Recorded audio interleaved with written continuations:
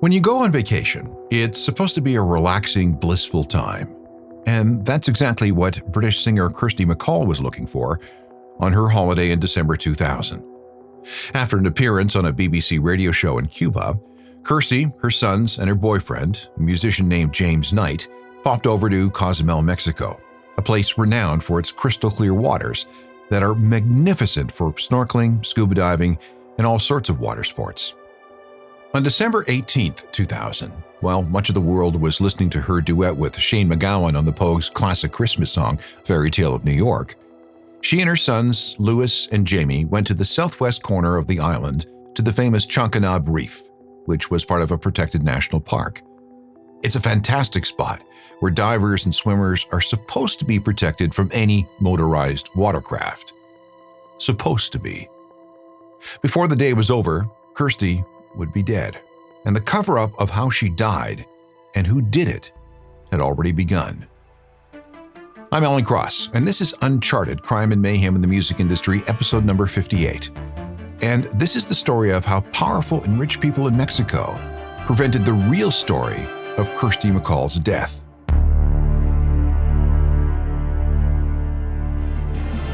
I don't want to change the world. I'm not looking for New England. I am looking for another girl. One of the hits from British singer Kirsty MacColl. That's originally a Billy Bragg song, but she gave it an entirely new spin, and it made it into the top 10 on the UK charts in 1985. Welcome again, I'm Alan Cross, and this is the story of how Kirsty died and the terrible injustices that followed. It's been decades, but the full truth of the cover-up of her death still eludes us. We cannot forget what happened. Kirsty was born in South London in 1959. Her father was a folk singer, and her mother was a dancer. Dad was quite the guy. When she was born, he was having an affair with Peggy Seeger. And yes, she is part of that family of Seeger folk singers. Kirsty found music early and got caught up in the UK punk scene of the 1970s. Her first bit of fame, such as it was, came when she performed under the name Mandy Doubt with a band called Drug Addicts. They had one 4-track EP, and she sang background vocals on songs with titles like Gay Boys in Bondage. The Addicts were a pretty average band, which explains why Stiff Records, one of the big indie record labels of the day, passed on the group. But someone did see potential in Kirsty, so they signed her to a solo deal. Within a year, she was releasing material under her own name. The first few records didn't really trouble the charts, so she left Stiff for the much bigger Polydor. In 1981, she had a top 15 hit with a song called There's a Guy Who Works Down the Chip Shop Swears He's Elvis, which came from a very well-received debut album entitled Desperate Character. But Polydor wasn't impressed, and they dropped her. But that was okay because her very first single, one that was a flop for Stiff, had been covered by actress Tracy Ullman in 1983. It hit number 2 at home in the UK, number 5 in Canada, and number 8 in the US.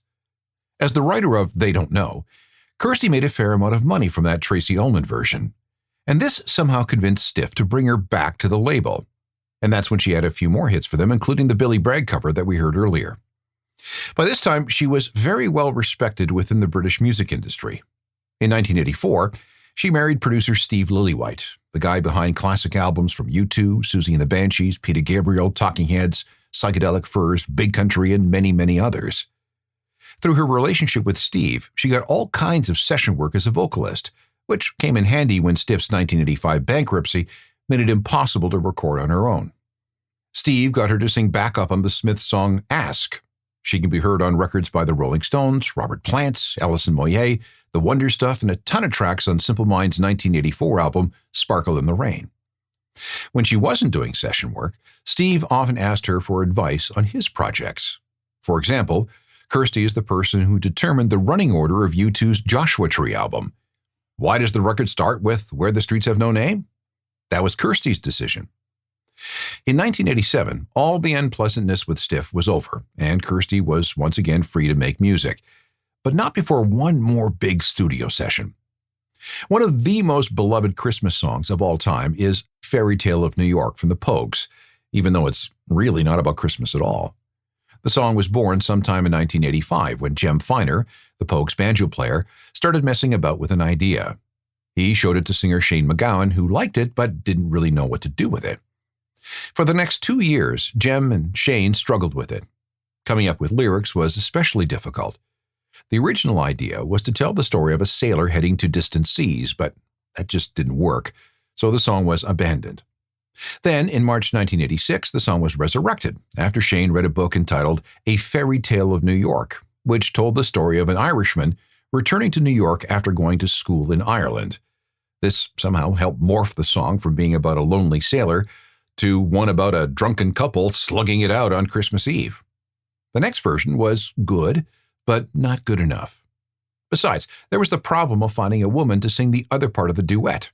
Shane had written these new lyrics with Pogues bass player Kate O'Riordan in mind, but in the interim she had run off and married Elvis Costello, so the song was shelved again. In March 1987, the Pogues brought the song out again, this time with Shane singing both the male and female parts. That was a disaster, but they kept that version as a demo just so they could keep pushing forward with their new album, If I Should Fall from Grace with God. The producer for that record was Steve Lillywhite. He liked the song, but like the rest of the Pogues, he just couldn't figure out what to do with it. This was very frustrating. In the summer of 1987, Steve turned to Kirsty. "Honey, would you mind singing the female parts for this demo? Maybe if we got an actual woman on the track, we'll figure out a way to salvage the song." So she did. One night, Kirsty came into the studio, laid down her parts against a recording of Shane MacGowan's vocals, and went home to look after the kids. When the Pogues heard the results, they were blown away. Kirsty had cracked the code, even though she and Shane MacGowan were never, ever in the studio together. Fairytale of New York is now one of the most played and best-loved seasonal songs of all time. The boys in the NYPD chorus still singing "Go and Play," and the bells are ringing out for Christmas Day. Kirsty went on to tour with the Pogues and then started work on an album. It was called Kite, and it came out in 1989. Guest appearances included David Gilmour of Pink Floyd and Johnny Marr of the Smiths. She appeared on French and Saunders, the British comedy show, playing herself. More records followed, including a 1991 album entitled Electric Landlady, which produced a hit called Walking Down Madison. A switch to Virgin Records produced more records. When Kirsty and Steve divorced in 1994, she just kept on making music, or at least she tried. A bad case of writer's block set in, and she had this notion of retiring from music and moving to South America to be an English teacher. That eventually passed, and more music followed, much of it informed by her love of Cuban and Brazilian music, and one of those songs was covered by Bette Midler and used in the HBO series Sex and the City. By the end of the 1990s, she had 2 teenage sons and a new boyfriend in James Knight. Everything seemed to be going just fine. But then came the trip to Mexico. It would prove to be a fatal vacation.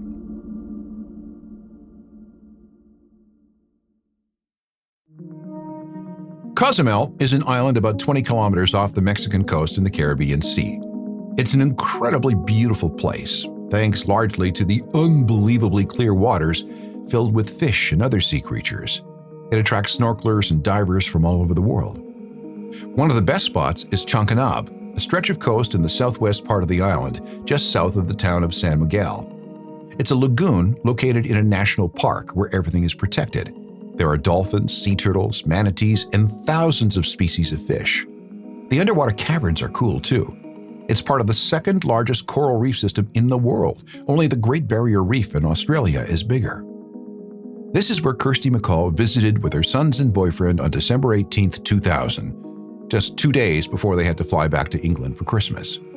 It was a lovely Monday, hot, clear, a perfect day for some diving. Sea conditions were normal, and visibility was unlimited. Kirsty had been to Cozumel twice before, and she loved the place. They took a boat to Playa Punta Molas, which is a spot of shallow water that's popular with snorkelers, and by the time they got there, plenty of people were already in the water. Chancanab Lagoon is supposed to be safe. It is 100% off limits to any kind of watercraft. There are just too many people in the water at any given time. And, of course, motorboats disturb the sea life. The area is clearly marked off limits to anyone but swimmers and divers. Kirsty and her family were accompanied by a professional dive master named Ian Diaz. This was a precaution, even though Kirsty was quite experienced with scuba diving. 2 dives were planned for the day, the first starting around 1 o'clock. At about 1:30, just as Kirsty came to the surface after the first dive, a 31-foot motorboat called the Percolito came recklessly roaring through this restricted area with its 315 horsepower engines. It entered the forbidden zone at full speed and didn't even attempt to slow down. Witnesses, and there were many, back this up. Even if it were a passing dive boat, the maximum speed limit outside the restricted area for a watercraft like this is 14 knots. Everyone who saw what happened says it was going a lot faster than that. Kirsty's sons, James and Lewis, were in the water. As Kirsty surfaced, she saw the boat heading straight for James. James had surfaced quickly and later said he was disoriented. Then he heard someone yell, "Be careful!" He goes on. I could make out my mother, and she seemed to be motioning and pushing me away from her side as I glanced through my mask. The next thing I can remember is feeling something glance off the side of my head, hitting the left side of my shoulder, body, and elbow. Kirsty had yelled at him to look out, but he didn't see it coming, so Kirsty used the last of her strength to push him out of the way, just in time. Well, almost out of the way.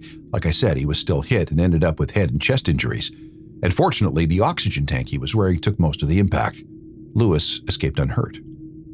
Kirsty, though, well, she didn't stand a chance. By pushing James out of the way in an incredible display of bravery and courage, she put herself right in the path of the powerboat. It ran right over her, and she was drawn into the propellers in less than a second. Here's what Diaz, the dive master, told police. As I looked around, I could see a boat come over the horizon heading straight at us. We must have been on the surface for about 2 minutes when the boat came right over our party. Kirsty pushed Jamie away from her, and I tugged at Lewis's wetsuit as we all became engulfed in a wake of white water. Out of the corner of my eye, I saw the boat coming directly at us very fast. I realized that it wasn't going to change course and was going to run us over. I heard a thump and a crack, and then I saw the stain of blood spreading out in the water. It was Kirsty's blood. As the swell broke, Lewis and I were swept to one side, and when I resurfaced, I noticed Kirsty's body floating face up in the water. The normally light blue sea had become dark and cloudy all around her, and I immediately feared that the worst had happened. In my opinion, she saved her son's life by pushing him out of the way. She was a very brave lady to do that. She was just caught up at the wrong place at the wrong time. It's too late now, but that boat should have never been going so fast inside the reef. Jamie remembered things this way. I started to call out to our boat for help and to come pick us up out of the water. Suddenly, I could hear shouts coming from all around, and my mother's body seemed to be just floating in the water. I still don't know what had happened to her. Kirsty was hit with such force that she was basically cut in two at the chest, slicing her from the back of the neck to the waist. Her left leg was gone. So much tissue was lost. It was horrific, and she died instantly. Swimmers and divers rushed to the spot, and her body was recovered. Someone called emergency services, but it was obvious that there was nothing that could be done. The boat did stop, but it continued moving for some time, a distance that indicated it was going quite fast when the motors were cut. Kirsty was transported to a local hospital for an autopsy. From there was flown back to the UK, where there was a second autopsy. Kirsty was cremated, and a memorial service was held on January 21st, 2001. Now, about who was on the boat, who was at the helm, and what happened afterwards. This is where we reach the cover-up stage. Stand by.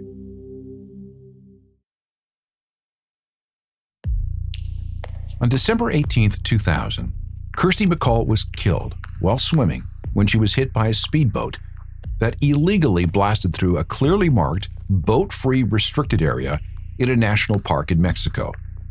If this were a just world, people would have been arrested, convicted, and jailed. But that's not what happened. The powerboat did not stop entirely when it hit Kirsty. It just kept going and disappeared. But it was quickly identified as the Percolito.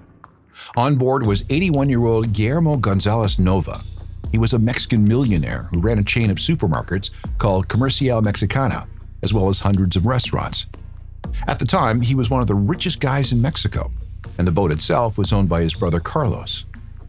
Statements were taken from people about the boat. Those statements would later have a major impact on what happened. Guillermo was definitely aboard that day, along with 4 family members. He admitted that right away. Some witnesses report seeing him at the controls at the time of the accident. Others later reported him being led away in handcuffs, and it appeared that he would be charged. But then the story changed. The official narrative pointed to a 26-year-old employee named Jose Senyam. He was at the controls. He was actually piloting the boat at the time of the accident, although there are several eyewitnesses who dispute that, including Diaz, the dive master. I quote from him. "After they ran us over, I saw Senyam jump forwards from the back of the boat to the controls.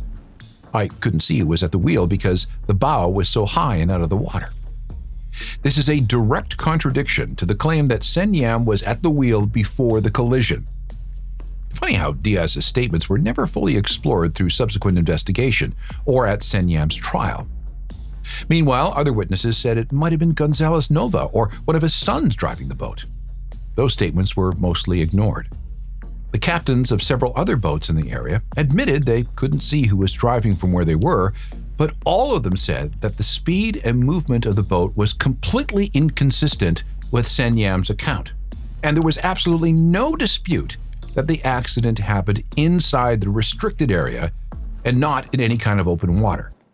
Gonzalez Nova remembered it differently, denying that the boat was inside the national park.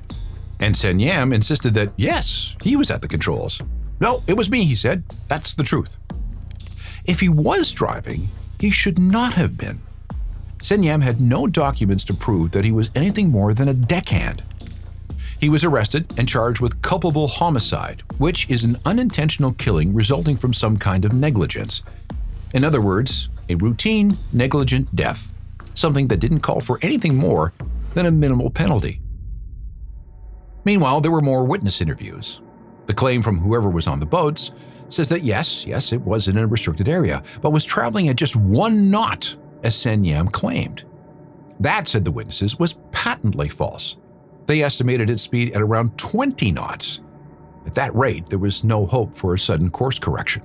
And besides, at 1 knot, the boat would have just gently pushed someone out of the way, with limited, if any, injury. Kirsty's son Jamie gave a very graphic statement to police about what he saw with his mother's body. They were consistent with someone being hit at high speed and then sucked into the props. Gonzalez Nova was released without charge. But over the next few days, the Percolito was reportedly very carefully cleaned and repaired before there could be any kind of forensic investigation. Jose Senyam was released on bail. But when his day in court arrived in early 2001, he didn't show up. He appeared to have fled the country. As for the authorities, they shrugged. Sorry, we can't find him. Eventually, though, Senyam did appear in a courtroom in Cozumel. The case was handled by the local prosecutor, the Ministerio Público, in the Mexican state of Quintana Roo, which is where Cozumel is located. But because the accident happened inside a national marine park, federal authorities also needed to be called in. And the difference between federal and state laws really confused things. The whole investigation quickly became complex and controversial. On the state level, this was a criminal investigation into a routine accidental death requiring basic evidence and nothing more. At the federal level, laws involving maritime safety and environmental laws were involved. Here, evidence would have to be more robust. Strangely, few local witnesses were called to testify, and those who did offered contradictory views of what happened. And also strange was the fact that the case was prosecuted without a jury. But then again, Senyam confessed, right? He admitted his guilt. At the end of it all, in 2003, Senyam was given a sentence of 2 years, 10 months. However, the law also said he could avoid jail time if he paid a fine. That fine was about $90. He was also ordered to pay restitution to Kirsty's family, but that restitution was based on his salary. Because Yam was paid so little by Carlos Gonzalez Nova, The total came to just over $2,100 US. Case closed.